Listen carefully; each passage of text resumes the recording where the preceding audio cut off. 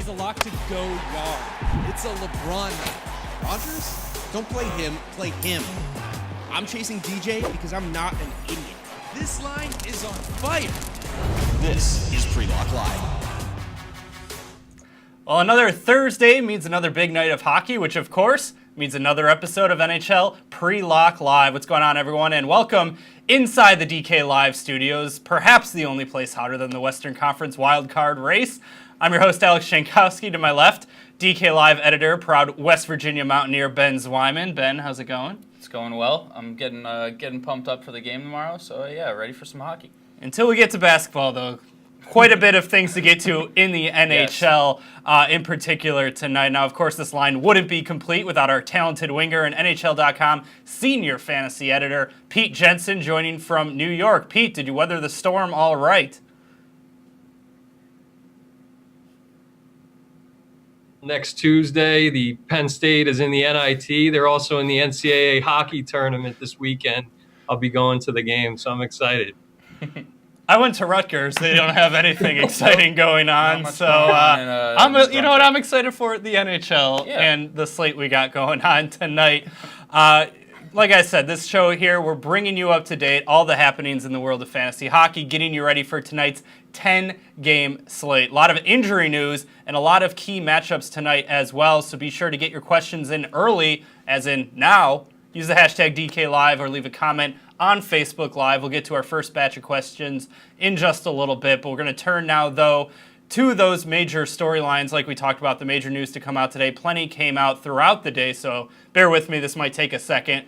Perhaps the biggest good news, Auston Matthews will be back on the ice for the Maple Leafs after 10 games off the ice, facing the NHL-leading Nashville Predators tonight. Like I said, Matthews missed 10 games. Shoulder injury returns with the Leafs treading water, more or less, as the third best team in the Atlantic.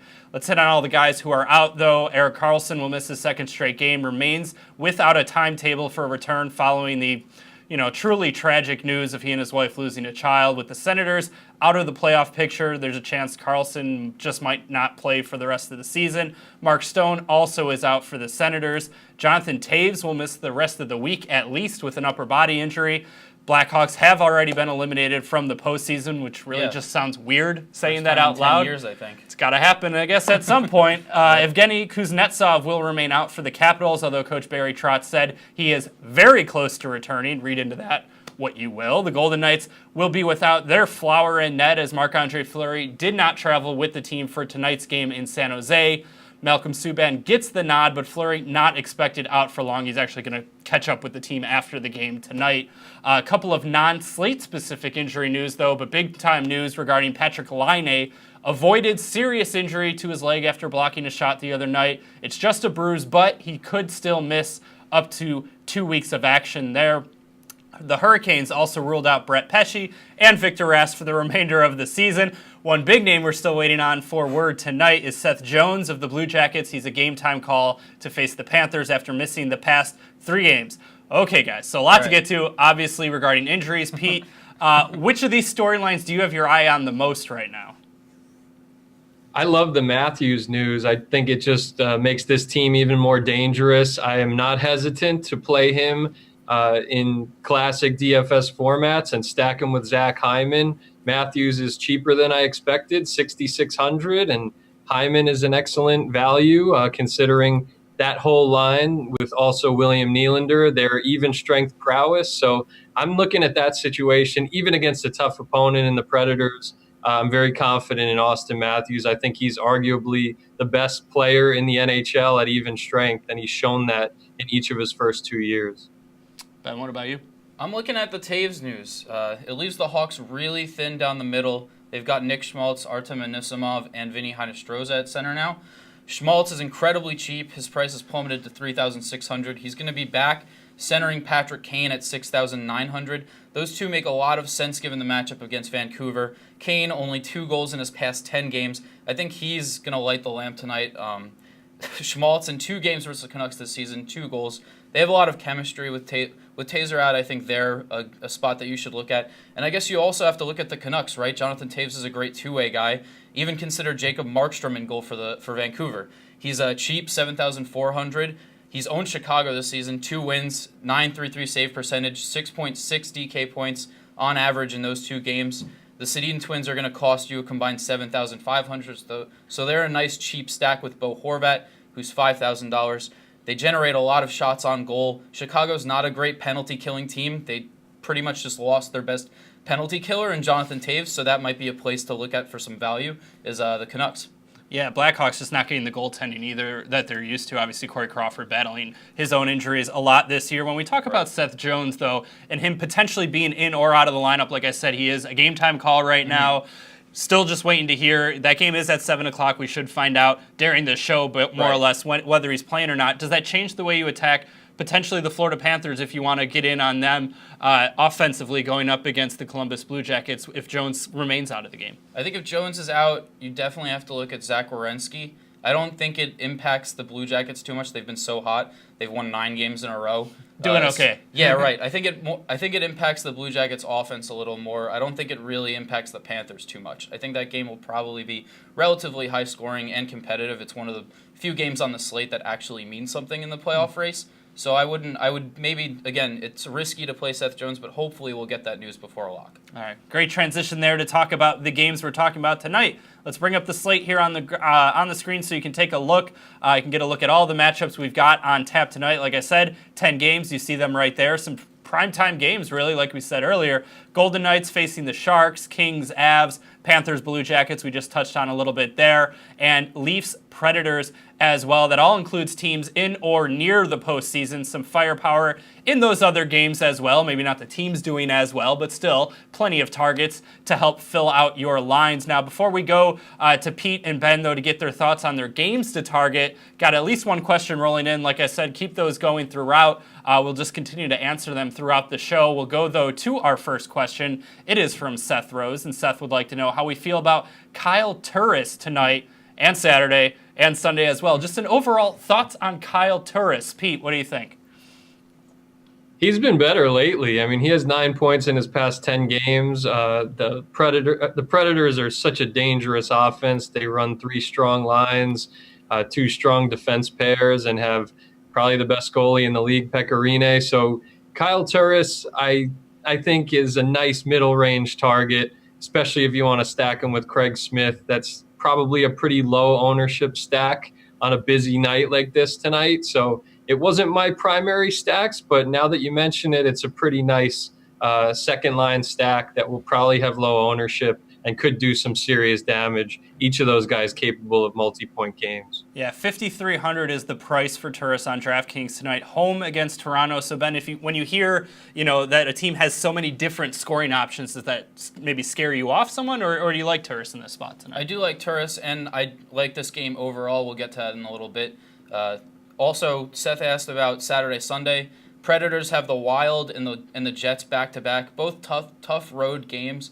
I don't know how much I'd like Turris moving forward. That's a tough stretch. Leafs, Wild, Jets. He's priced nice though. He's not going to cost you too much. And again, the Predators roll their lines. They roll 3-4 lines at a time. They're not very top heavy. So again, you're going to get a lot of playing time for Turris. He's a strong 2-way center. I would maybe look. It depends what his price looks like the next couple of days, but I definitely consider him. Yeah, 3 games in 4 nights, you got to roll the lines. Really, no matter what. Yeah, you're talking about a team leading the NHL right now. You got to keep guys healthy, keep guys fresh. Sounds good. Another question that we got in: problem stacking the Red Hot Avalanche against the Kings tonight. Rick Dominy Jr. has that question. Your thoughts on the Avs? I would shy away from it. I think the Kings Interesting. I think the Kings are a tough matchup. The Kings are one of the better road teams in the NHL. They have Anze Kopitar and Drew Doughty. McKinnon, Rantanen, Landeskog, that line is going to see a lot of Drew Doughty, a lot of Anze Kopitar, some of the best defensive players in the league. I think the Avalanche's prices are getting way up there. McKinnon's $8,000. Rantanen's I think he's treading in that like $7,000 range. Landeskog too. Landeskog's normally around that $6,000. You can maybe get him at $5,800, which is a good price point, but I think all of them are way too expensive, and the matchup just isn't there for me. Yeah, Rantanen is up to 7 even right now. Pete, now let's kick it out to you. We're going to talk a little bit more about McKinnon a little bit later on, but what do you think of other Avalanche in this spot against the Kings tonight? Yeah, stacking McKinnon and Rantanen is really costly and very risky, I think, but I wouldn't hesitate to stack McKinnon and Landeskog, given how they're both together on the top line and first power play unit. I also like Eric Johnson. He's one of the most underrated workhorse defensemen in the league. 4,900. You can easily slot him in there. He had a crazy stat line the other day. We'll get to it later, but he's blocking shots. He's scoring points. Even though he's not seeing a ton of power play minutes, this is a guy that against the Kings in a game where they're separated by 1 point, I think could play 30 minutes tonight. I think he's going to go all out, and the Avs need this game. So I'm also I think this game could get a little, 2-1, 3-2, in which case I think it also favors Semyon Varlamov. So I'm pretty high on the Avs right now. They've sustained this longer than anybody thought they could, and I think they match up well with the Kings at home for sure, where they have a clear advantage. Yeah, and for those of you playing DraftKings, give you a couple prices there. Landeskog is at 61, so a little bit more, than Ben wanted, but not too much more. And then Eric Johnson, I don't want to steal all of Pete's thunder. I know he's going to touch on him later, but 4,900 steal if he really ends up playing close to 30 minutes, if that. But let's go to our games to watch now. Talk a little bit more in depth about games that you guys like, from an overall perspective, not just any one individual player. Ben, we'll start with you. Going forward, two playoff teams playing each other. You're looking to jump on a potential blowout. How are you looking at this? I am looking at the marquee matchup, Maple Leafs at Predators. I've been targeting the Predators a lot in this segment. I'm going to ride that wave. I think it's an easy. You got two top 10 offenses. Both teams are entering the game hot. As we mentioned, Matthews is coming back. He's cheap, 6,600, so you're going to get him at a bargain. I think you can consider him in GPPs, but I wouldn't go much further than that. Your high-end plays that are going to be on defense, though. Roman Josi, Ryan Ellis for Nashville. As far as forwards, the Preds' top line is a little pricey at Arvidsson, Forsberg, and Ryan Johansson. I think you can, like Seth asked, Kyle Turris. I think that's where you're going to see your value. Turris, Kevin Fiala, Ellis, and Josi are that kind of stack that you want to look for. It just makes the most sense. They're all going to be on the power play together. For the Leafs, Morgan Riley is your best bet on D. 5,000. It's hard to ignore James Van Riemsdyk. 7 goals in 5 games. He had a hat trick last week. So I would say you could ride that hot streak at 6,000. He's paired with Tyler Bozak at center. 4,000, also cheap. So again, I think you're going to be able to get a lot of nice value out of this game, and it's going to be very competitive. The Leafs are sort of locked into the third place in the Atlantic, but they're definitely not trying to just coast through the rest of the season. I think they'll get up for this game. Yeah, and anytime you get Austin Matthews back in the lineup, they'll be all jacked injects up on a little bit of Mountain energy. Dew, that whole thing. Toronto, they get up for that kind of stuff. Pete, what about you? What game you like? I like another game involving two fringe playoff teams, the Blue Jackets and the Panthers. Columbus 9-game winning streak. They've scored at least 4 goals in 7 of those 9 games. So they're a high-scoring bunch right now after underachieving earlier in the season at even strength and on the power play. They've found the right combinations with their lines lately. Thomas Vanek with Wenberg and Boone Jenner. Boone Jenner, I want to note that he's 3rd in the NHL among forwards in blocked shots. So he has that high floor, 4,800. He's been scoring goals lately, so target him as a middle range value pick. Certainly for Columbus, you could also touch on Ian Cole, who came over from the Penguins. He's been blocking shots. He's been with a touch of scoring lately. And then for Florida, Jonathan Huberdeau jumps out to me. He's middle range, 5,900. He's priced cheaper than he's been for most of the season.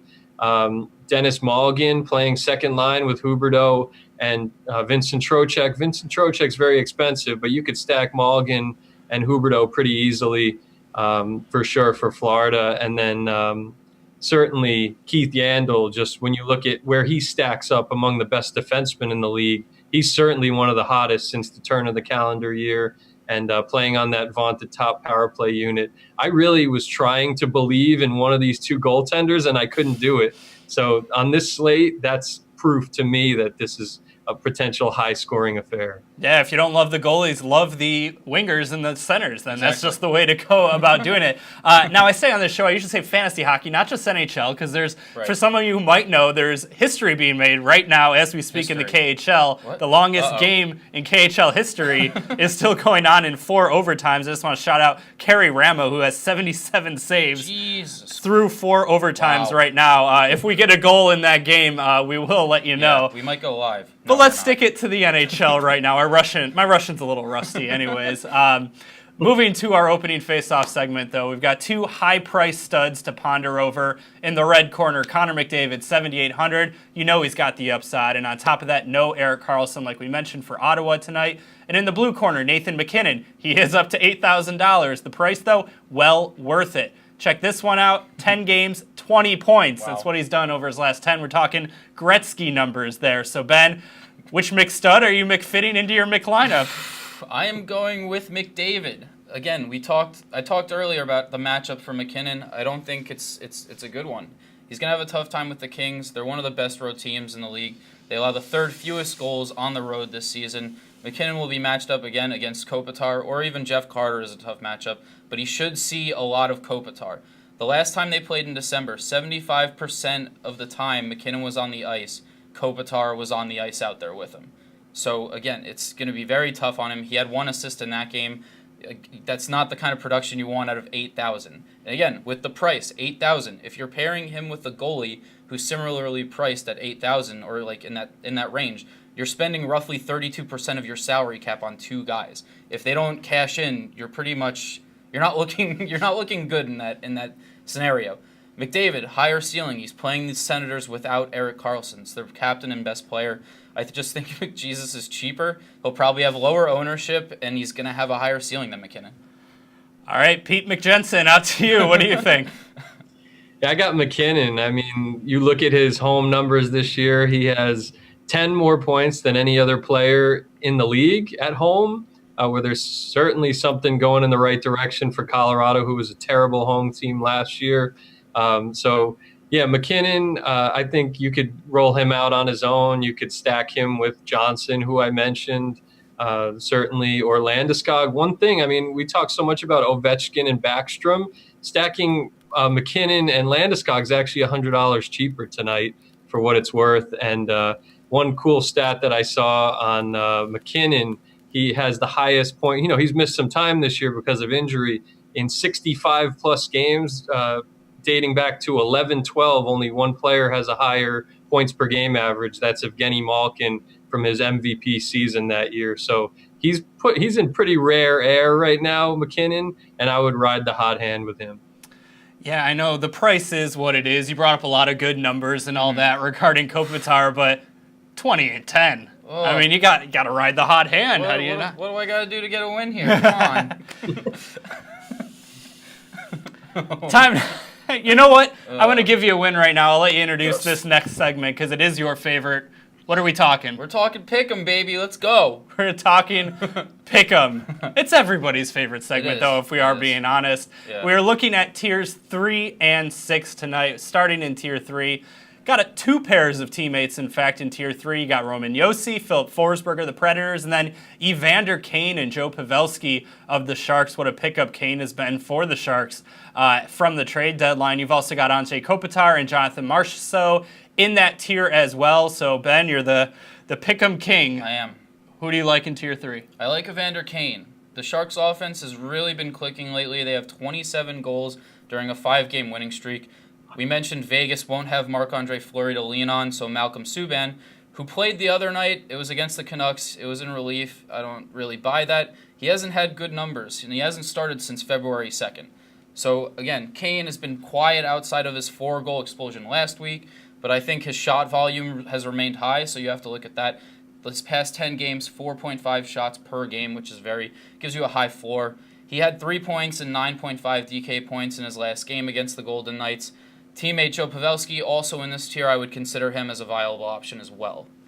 All right, 2 for the price of 1 there. Mm-hmm. And also just a little bit of lineup news that we got that just came in. Darcy Kemper getting the call for the Yotes in goal tonight. They wrote Antti Raanta, who's been great really all year, but mostly since coming back from injury as well. They're going with Kemper, though, tonight. As you can see on the right side of your screen, they're going to continue to filter through all the starting goalies, all the top lineup news that you need to know. But let's get back to Pick'em, Tier 3. Pete, let's kick it out to you. Who do you like?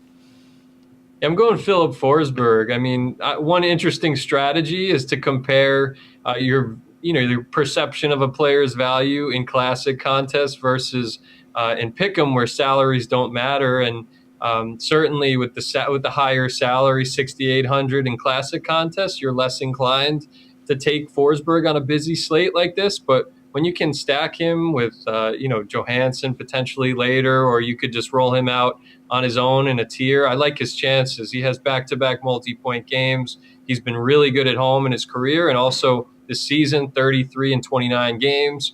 And in his past 10, he's been better than a point per game, nearly 3 shots per game, and he's getting involved on the defensive end with 7 blocks. I love it. I love Philip Forsberg in this tier 3. Yes, for those who might not be as familiar with DraftKings scoring, category coverage is huge. Guys who can pick up block shots, get power play points, special teams points overall. Definitely helps you in the scoring category. Things, though, let's move now to tier 6, because that's where things really kind of start to get interesting. We're going to find Dylan Larkin, Mitch Marner, Dustin Brown, Matt Duchene, Ty Ratty, Duncan Keith, TJ Oshie, and Ryan Johansson. Pete, we'll go right back out to you. Who stands out to you among this group in tier 6? Yeah, it's really interesting to see Ty Ratty in there. He's obviously playing with Connor McDavid, who we were talking about earlier. But certainly I like TJ Oshie. I think when you look at this slate, one of the most ripe matchups is certainly the Capitals on the road against the Red Wings. It's the national game in the U.S., and I really think the Capitals are in a great spot here. Oshie does not have Kuznetsov, but he does have a pretty underrated centerman in Lars Eller, and he still plays on the first power play unit with John Carlson, Alex Ovechkin, Nicholas Backstrom. So TJ Oshie's playing better of late. 5 points in his past 4 games with 4 goals in the span, and Detroit has a bottom 10 penalty kill and also bottom 10 in goals per game. So that all adds up to a potential high ceiling and multi-point game for TJ Oshie. All right, Ben, what about you? Are you on the Ty Ratty train? I am not. I'm actually looking at Matt Duchene of the Ottawa Senators. This is more my contrarian play at the bottom tier, Duchene being the most likely to fly under the radar. People forget how poor the Oilers are defensively, and I think Ottawa's system will give them problems regardless of who is on the ice. Duchene has cooled off a bit the past 2 games, but still has 10 points in his past 10 games. That's 4.1 DK points per game, a point higher than his season average. I think the Sens are a sneaky team to target in this pick'em tonight. They'll be risky, but it could pay off. Again, you're trying to differentiate in your lineup. You can pair Duchene with line mate Mike Hoffman also, who is in tier 4. All right, sounds good. Also, projected starting goalie for the Tampa Bay Lightning tonight, Louis Domingue. Interesting. Potentially going in net, not Vasilevsky, going with Domingue in that matchup. Taking your questions as well in a second. Let's first, though, run down the top news of the day. We got Austin Matthews. He is in for the Maple Leafs, and then just a laundry list of guys who are out tonight. That includes Erik Karlsson, Marc-Andre Fleury, Jonathan Toews, Evgeny Kuznetsov, and then still waiting on word regarding Seth Jones as well. We'll have to see. It looks like it's going to maybe now come to a true game time decision, maybe when line rushes come out. So hopefully we can get that in quick enough if you want to get him into your lineup or not. He's missed the last 3 games, so, shouldn't be too much of rust on there. But let's talk with Seth Jones. Do you think a Norris Trophy contender this year? Do you see it? I think he's sort of on the fringe. I still think there are a handful of guys that are ahead of him. Obviously, PK Subban has been talked up in that spot. I think Brent Burns, Drew Doughty, those are your names that you're generally going to see. Alex Pietrangelo. So I think Jones is a couple years away from that. But he's just such a great player. You really that trade really worked out for both teams, right? Blue Jackets, Predators. Predators get a nice center in Ryan Johansson. Blue Jackets get a top defenseman. He's paired with Zach Werenski. Again, I really hope he gets in the lineup tonight. It's a great spot for him, and I believe his price point is pretty nice because of the injury. So definitely something to look into. Seth Jones, also nephew of Donovan McNabb. Yes, and Popeye Jones, his father played in the NBA. Yeah. Little basketball for you. So there you go, a little lineage there for old Seth Jones. Let's move, though, to our classic mode spotlight. Actually, hold on. I stand corrected. We have a question. Oh, question. Which is always great. Anytime we get want to stop, drop what we're doing, get to those questions quickly. Eric Gilland wants to know Varlamov or Rene tonight. Pretty interesting decision there. I'll get the salaries for a second. I got to imagine there's quite a disparity there. But, Ben, who do you like between the two? The disparity actually isn't too bad. It's only $300. Pekka Rine's $8,400. Varlamov's $8,100. I think I'd look at Pekka Rinne more in GPPs just to ride his hot streak. He's won 11 games in a row. He's been lights out in his past 25 games. I believe it's 23-1-1, which is otherworldly. Varlamov, we've talked about the matchup. I think Avalanche Kings is going to be lower scoring. Pete mentioned that. So I would sort of stick to Varlamov in cash games. I think he's the safer play. But again, Rinne has been so hot right now, I think you have to make note of that. Yeah, and for those who may not know, the difference between, say, a cash game play, a GPP is a big-scale tournament on DraftKings, and that's when you really want the guy who's just going to go out and give you the highest points, really the highest upside play, whereas a cash game might be considered more of a safer option, a guy who's probably going to get you the win and maybe let in a goal or two, but a GPP winner, you want pretty much a shutout with a lot of volume. Pete, who stands out to you between Varlamov and Rinne? I like Varley at home. He has a better than 930 save percentage in home games, outstanding record, and that team just seems to have an extra level that they reach when they play at home this season. I don't know if it's just the motivation from what they experienced last season, but certainly something's going on there in the right direction. And Varley, since he's been healthy, has been a workhorse for the Avalanche with injury to Jonathan Bernier. He's really come up clutch for them. And I think as much as this whole thing goes back to McKinnon and also can go back to Eric Johnson when he's been healthy, I think Varlamov is one of the bigger reasons that they've been able to weather the storm here down the stretch. So I would go with him. I have my concerns with Toronto's offense, the way it's been playing. Going into Nashville, I think that they're going to put up 3+ goals in that game. That's just my gut. And we still don't have word regarding Seth Jones, but a reporter on the scene at the arena does say there is a steel drum band performing right now. So, wonderful. At the very least, we know they're trying hard to get that news. Let's move to the classic mode spotlights, though. Starting in net, Pete, we're going to kick it out to you first. Now, give me your top option at goalie, just overall tonight, and then as well as kind of an under the radar option someone might not be thinking of.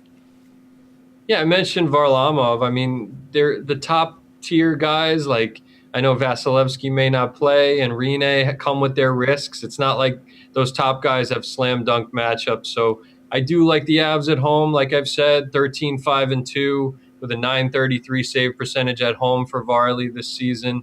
My off the board pick is a little bit more interesting. It's pretty much solely matchup based. I don't have a ton of trust in JF Berube, but I do in this spot when you consider that the Canucks, since Brock Besser went down, have 7 goals in 7 games. It's not very good. So JF Berube has good home splits on the season, 937 save percentage in limited action. So I'll roll him out. I have a little bit more confidence in him as opposed to the Darcy Kempers and the Christopher Gibsons and Alexander Georgiev. So I would go out of the cheap goalies. I would go with JF Berube. Still just trying to get over the state of the Chicago Blackhawks. I mean, obviously in a salary cap world, this was bound to happen, but they were able to sustain success for so long. Ben, as far as goalies, though, who do you like tonight? Tonight, pay up for Alex Lyon of the Philadelphia Flyers. They have a great matchup against the Rangers, one of their hated rivals. Philly desperately needs this game to hold ground in the Metro Division, so I think they're definitely going to get up for it. New York is horrible on the road, 12-19-4. They've lost 2 straight. Lyon came in relief of Michael Neuwirth the last time the Flyers played the Rangers. He stopped the bleeding. He made 25 saves to secure the win. His price isn't going to cripple you. And again, expect at the very least you'll get a win in 5 to 6 DK points, which is exactly what you want in cash games. I think he's worth stacking with a guy like Jakub Voracek, Shane Gostisbehere, and Alex Lyon. I think that's a nice Philly stack there. As far as cheap goalies, Chris Gibson, I like him at 7,000 for the New York Islanders against the Tampa Bay Lightning. Again, horrible matchup on paper, but the Isles are coming in off an impressive home win against the Penguins. They now face the Lightning, tough opponent. John Tavares' future's in the balance. I think they're going to get up for this game. Gibson in the month of March, 936 save percentage. The Isles give up a lot of shots. You're going to probably see a lot of saves for Gibson. That news that Louis Domingue is going to be in for the Lightning is big. I'm about to cut you off, actually. They just took the ice for warm-ups. Vasilevsky. All right, Vasilevsky. Sorry. Still doesn't really matter. I think Gibson's hungry. He's an insanely risky play, but you're going to be able to save salary, so I think that's going to help you in the long run. Don't expect a shutout or anything, but I think it's safe to say you'll get around 30 to 35 saves. You could get a win, which would be very big for GPPs. Yeah, Gibson, a rookie, already does have, like we've brought up a couple times on the show, a 50 save performance under his belt. So you know he can handle the workload, you know, still let in a couple goals, but hey, you'll take it when you get the 50 saves there. Let's move to defensemen, though. Who do you like on the blue line tonight, Ben? I'm going cheap. I like Dylan DeMello of the San Jose Sharks. In the month of March, DeMello is top 10 among defensemen in points. He has 10 assists in 9 games. Here are some names surrounding him in that top 10. Seth Jones, we talked about him. Drew Doughty, Keith Yandel, Alex Pietrangelo. Hate to cut you off right there. Speaking of Seth Jones, he is out on the ice for warm-ups. Jack Johnson not on the ice. That's the guy we thought would be scratched if Seth Jones plays. So looking very likely right now, assuming all goes well in warm-ups, that Seth Jones is playing for the Blue Jackets. Continue. All right, so Seth Jones, I would consider him a little bit. But again, all those guys are going to cost you at least $5,700. DeMello is $2,900, below basement pricing. Again, he's not gonna get you a ton of minutes out there. He's very risky, but he's been featured on the man advantage in the past 8 games, so he's getting a little bit of power play time. He provides enough in terms of blocks to raise his floor, which is good when you're looking at basement pricing. And rostering DeMello again gives you a ton of flexibility. You're gonna be able to pay up at forward, which is exactly what you want for GPP. So I think he's a solid punt play at defense. Yeah, we brought up all those Avalanche forwards, of course. If you want to even try and stack them, then you're going to have to go cheap somewhere. You're going to have to find value. And so recapping really quick, just that top news we came through. Vasilevsky in net for the Lightning tonight. Seth Jones appears to be in the lineup for the Columbus Blue Jackets. He is out on the ice taking warm-up right now. Pete, though, speaking of defensemen, who do you like tonight? Yeah, I like Eric Johnson, 4,900. I mentioned his stat line earlier from his last game. He came back 2 games ago. He had a goal, 7 blocks, and 4 shots on goal. 7 blocks? 7 blocks and 28-plus minutes. And I mentioned, again, the sense of urgency in that team and just the meaning of this game against the Kings at home. I expect another monster showing from him and a high floor, even if he doesn't score a point.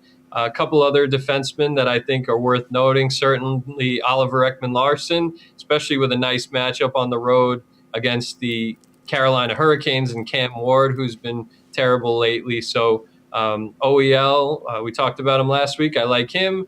And I also like Neil Pionk from the Rangers, 4,100, playing on the first power play unit and producing in droves in terms of assists lately. OEL, of course, I feel always remiss, like I have to say it, Oliver Ekman-Larsson of the Arizona Coyotes.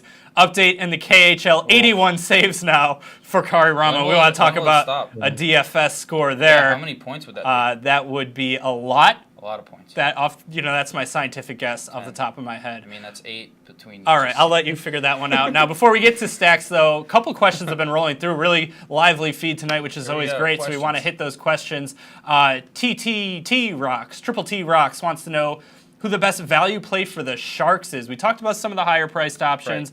You know, your Vander Kanes, your Joe Pavelski. Ben, who stands out to you on the Sharks? Maybe a little bit cheaper. Okay. Well, I already mentioned Dylan DeMello. He's pretty cheap on blue line. If you're looking at someone else, Mikhail Boddicker is a good place to go. He's only 4,300. He's playing on the second line with Logan Couture. In his past 10 games, he has 8 points, 2 goals, 6 assists, 16 shots. He's going to provide a little bit of offense. I think he's on the second power play, so you get some exposure there. Again, the Sharks are very hot right now, so I would ride one of those lower-owned studs on one of their top 2 lines. All right, going to jump to our next question now just to make sure we get them all in before the show ends. And Pete, we'll kick this one out to you. Similar in terms of talking about the same team here from Evan Krause. He wants to know about Martin Jones. What do you think of his spot tonight for the Sharks? Yeah, I think he's a safe pick. I mean, Vegas is going on the road. They've been much less daunting lately. Martin Jones, 7-2, 7-2-1, I believe, over his past 10. With a steady save percentage, not the best save percentage in the world, but he gets wins on home ice. The Sharks are very strong. I believe 8-2 since the Evander Kane trade at the trade deadline. So Sharks are playing well at the right time. I mentioned my 2 goalies. Berube is 7,100 and Varlamov is 8,100, but when so many times you're building your lineup, you need somebody in the middle. And I think for tonight's slate, the best middle range goalie is probably Martin Jones. All right, sounds good. Now, Colton Hubil wants to know about Chris Kreider. He's only $5,000. Now, I know you're big on Alex Lyon, but you're talking about a guy like Kreider, 2 goals, 5 assists in his last 3 games. Might you still consider him as maybe a one-off on the Rangers? I think I would, and this is, again, a rivalry game. Chris Kreider is a guy who goes out there and he gets under people's skin, so I think this is a good spot for him at $5,000. The Rangers are they're kind of team that you would want to target in GPPs. So again, Kreider, probably a good spot. 11 points in his past 10 games, 3 goals, 8 assists. I would definitely look at him if I'm considering GPPs. All right, just about 10 minutes left on the show, so we're going to kind of speed things up a little bit, though. You can still get your questions in. We'll hit them maybe kind of rapid fire toward the end of the show. We're going to talk now about our stacks, though. Vital part of the game, of course. You need to get the guys scoring the goals and then racking up the assists as well. Pete, who stands out to you as a stack tonight? I mean, I know it's a little against the grain, but I like the Matthews-Hyman stack. I mean, that whole line with Nylander, they're among the best even strength points per 60 type guys. But Matthews, when healthy, is top 5 in the NHL behind McKinnon, Marchand, Kucherov, and McDavid. So amazing company for him. Some people might not think he has lived up to the billing this season. I know I had him ranked really high in season-long leagues, and I would still probably do it again because injury has been the only thing that has derailed this guy.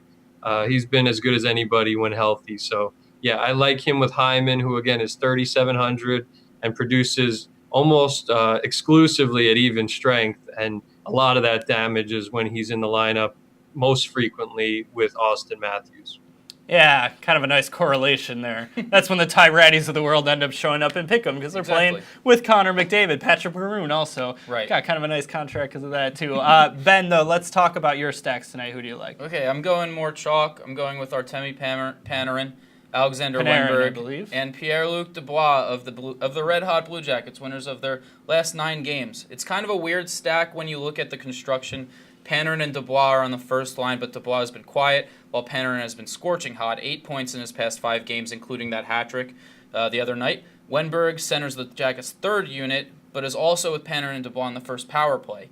Dubois and Wenberg give you a little bit of salary relief. Both of them are in that 4,600 range, 4,700 range. You can also pair them with Cam Atkinson. We got Seth Jones in there, so you can do Seth Jones, Zach Werenski. There's a lot of options there. Fact of the matter, Blue Jackets have been virtually unstoppable lately. I don't see that coming to an end versus the Panthers at home. This is one of the few games we've mentioned. It's got playoff implications. I think it's going to be very competitive. You're going to see a lot of goals, and I like the Blue Jackets. All right, sounds good. Now, speaking of things that, well, something did come to an end. The KHL, longest game in KHL history has ended. Jokerit are the winner.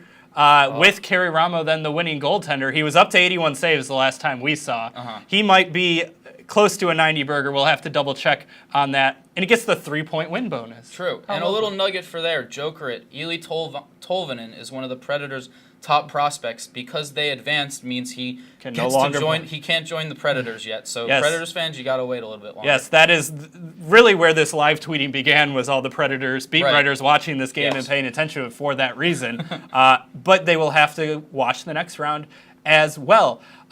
All right, so those were the stacks that we like. We're now going to head to the off wing, talk about contrarian picks. If you just want to straight up ignore all the picks Pete and Ben made for about the past half hour, 45 minutes, and go a little off the board, well, guess what? They have picks for that too. Ben, start us off. Who you like off on the off wing? I like the Hurricanes at home against the Coyotes. The Coyotes are coming off second game of the back-to-back. They played in Buffalo last night. They got to go down to North Carolina. The Canes aren't mathematically eliminated from the playoffs, so I think they're still going to be fighting. Sebastian Aho and Teuvo Teravainen are guys that I would target. 6,200 on Aho, 6,100 on Teravainen. In terms of stacking, that's a good price point. The matchup is solid. They've combined for 13 points in 5 games. Where the value lies is on the blue line, though. Jacob Slavin, 4,200. Justin Falk, 5,300. Both are affordable. They're going to see power play time.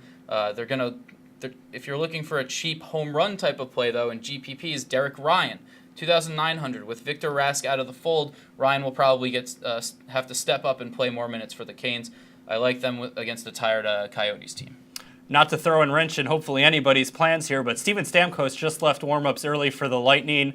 Beat writer believes it could just be an equipment issue, though. Okay, obviously, hopefully. don't want to raise the alarm there. It's not a code red just yet. We'll have to see, if he's able just to make it back out and everything's all right.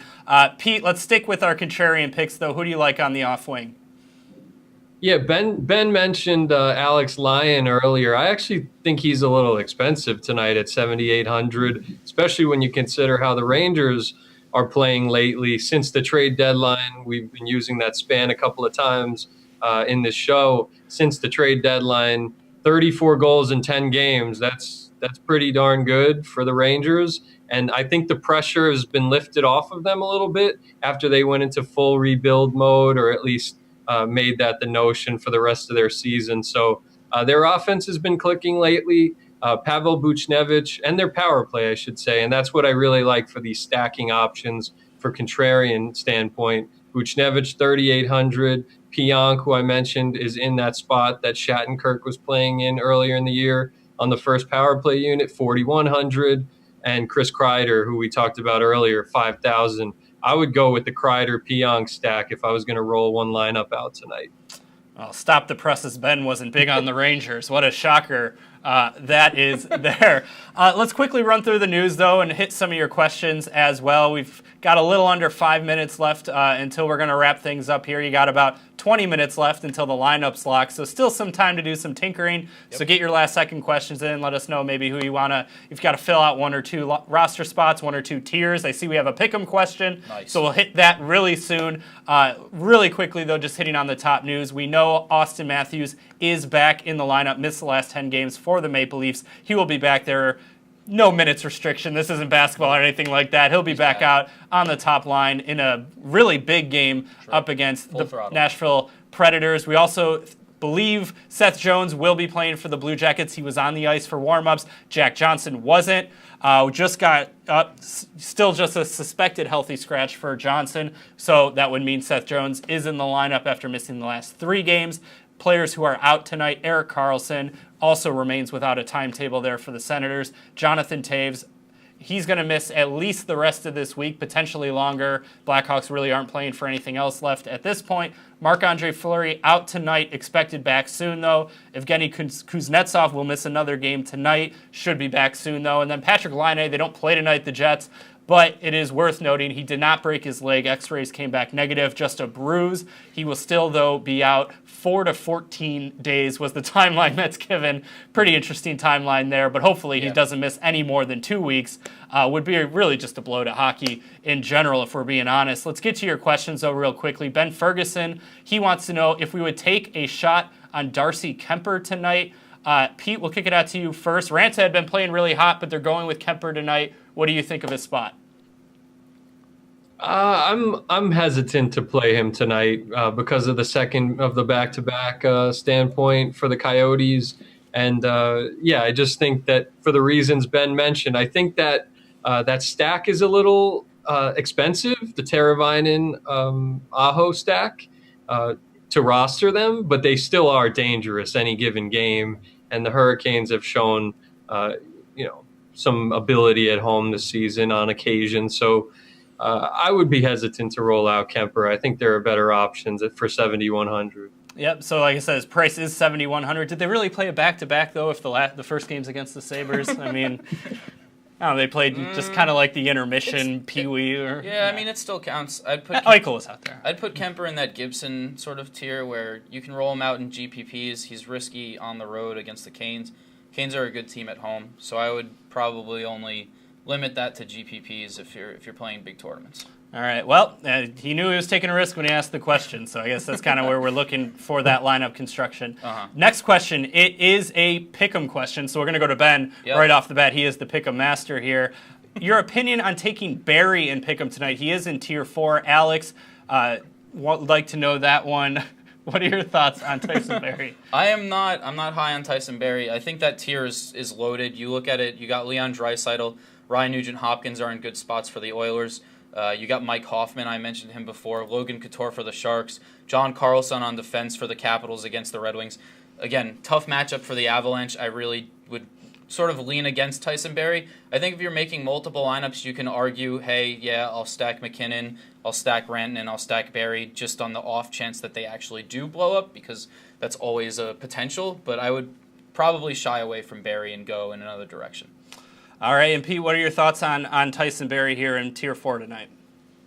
Yeah, I talked a lot about how I love the Avs, but there is the concern that game could be low scoring. So I would probably avoid that one, especially with the Kings' strength on defense.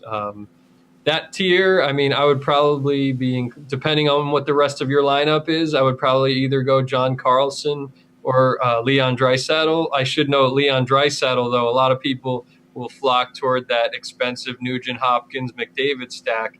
But Leon Draisaitl with 31 points in 35 road games this year, and the Ottawa Senators are without Erik Karlsson most likely. So I like Draisaitl, the more I think about it. All right, sounds good. Before we get to our stick tap segment, just one quick note. You always like to pass along little tidbits, facts that we get. Flyers D-man Ivan Provorov, playing in his 157th straight game to start his NHL career. He passes Chris Therien for most consecutive games played by a Flyers rookie. That is according to Elias Sports Bureau. So tap of the stick there to Provorov. Little narrative there too. He's playing tonight against the Rangers. Yeah, and Ben, what is your stick tap for tonight? If not Ivan Provorov, I'm not going to stick to hockey here. I'm going to stick to basketball. My Mountaineers are playing tomorrow in Boston. I will be present. You'll be in attendance. I will be in attendance. Shout out to the Mountaineers against Villanova. Hopefully we can get to the Elite Eight. I believe it would be the first time since 2010 when we went to the Final Four. So all right. Pumped for the game. Well, my bracket hopes you are incorrect. Pete, let's keep it to hockey here, huh? Let's give us a stick tap. Yeah, I'm going Ryan Donato from the Harvard kid. He's been outstanding for the Bruins. The Bruins are so depleted right now. It's crazy when you look at the list between Bergeron, Nash, Chara, McAvoy, DeBrusk, Backus, and now Krug missed the game last night.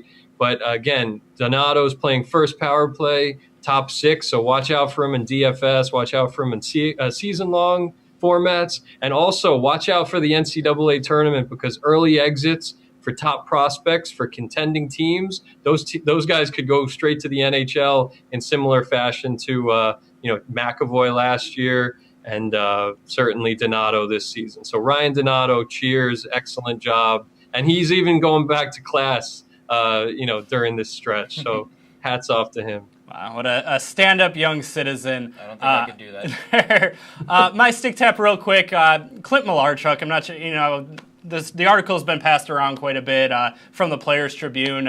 You may know him as the former Sabre who suffered a gruesome injury when he was on the ice, led to some other mental battles as well, but he opened up about it. I think that's something we can all tap our sticks to for athletes who are kind of stepping up and talking about things that need to be talked about. So I would recommend, whether you're a hockey fan or not, go and read the article. Very illuminating, very important stuff as well. Now that's going to do it for our show. Be sure to come back here at the same time, same place for NBA Pre-Lock Live. We'll also have MLB Pre-Lock Live on opening day next week. All the sports are sports in these days, which is a great time of the year. Full swing golf. We got match play even going on as well. Tony Romo, Tino. All right. The list goes on, as you well know. So for Pete Jensen, Ben Zwyman, I'm Alex Shankowski saying so long.